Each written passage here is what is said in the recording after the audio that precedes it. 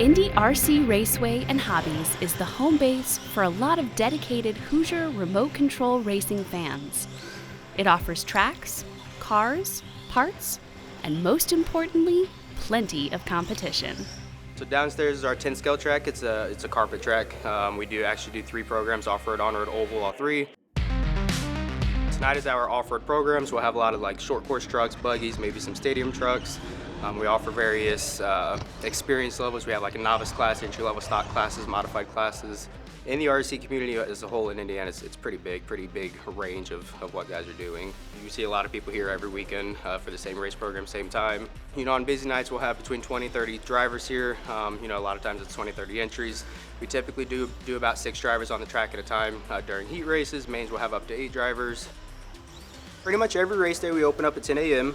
Depending on the day of the week or what program it is determines what time we start. Saturdays we start racing 6 p.m. every Saturday. So we open at 10 a.m. have open practice 10 to 6.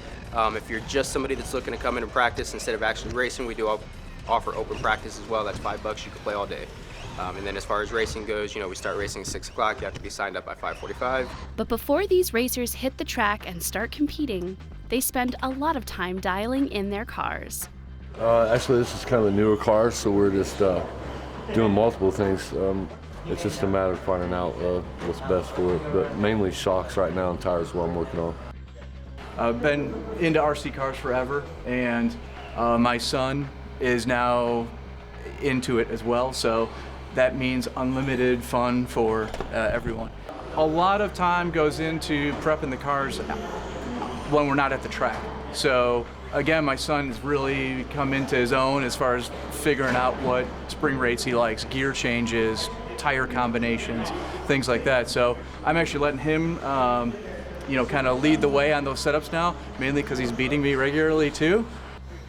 I got my Techno SET 410.3, which is a 4-wheel drive short course, and then I got my X-Ray SCX 23, which is a 2-wheel drive short course. So this here is the battery charger. So you basically plug it in and you program in the size of your battery and how many amps you want to charge it at, and hit the start button and let it eat.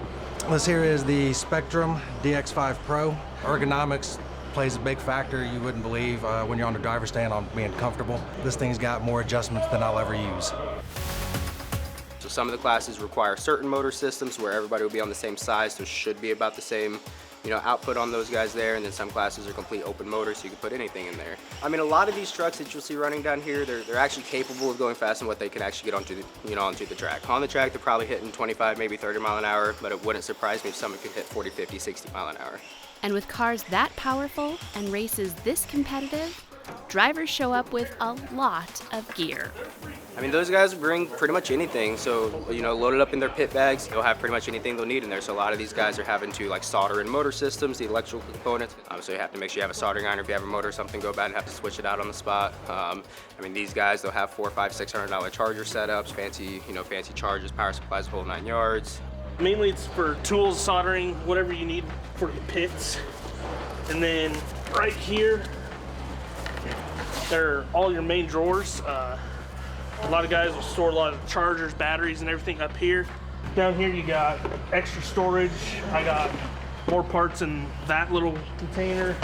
In one of the drawers I have extra Aeons for front and back. In this one in particular are all the spare parts for this buggy in particular. And if you need anything, the folks behind the counter have you covered. In the shop, we keep a little bit of everything. We have a couple of, a few airplanes, helicopters, boats, all the different cars. When it comes to the cars, we have everything from the 28 scale that we race up here all the way down to the 5th scale stuff. Not really a lot of the racing itself being done with the 5th scale stuff, but a lot of bashing being done with those. A lot of guys take those to skate parks, stuff like that, and really beat them. Typically, kind of the big question that we always ask when somebody comes in looking for something is what exactly are you looking to do with it? Because as I mentioned, there's a big array of things you could do. There's like parking lot models up and down the street, different drag racing stuff, crawling stuff, and then the off-road bashers. Yeah, so we've got all the 10 scale section on this side. It doesn't really matter which one you go for. They're all great intro drivers, like if you've never driven them before.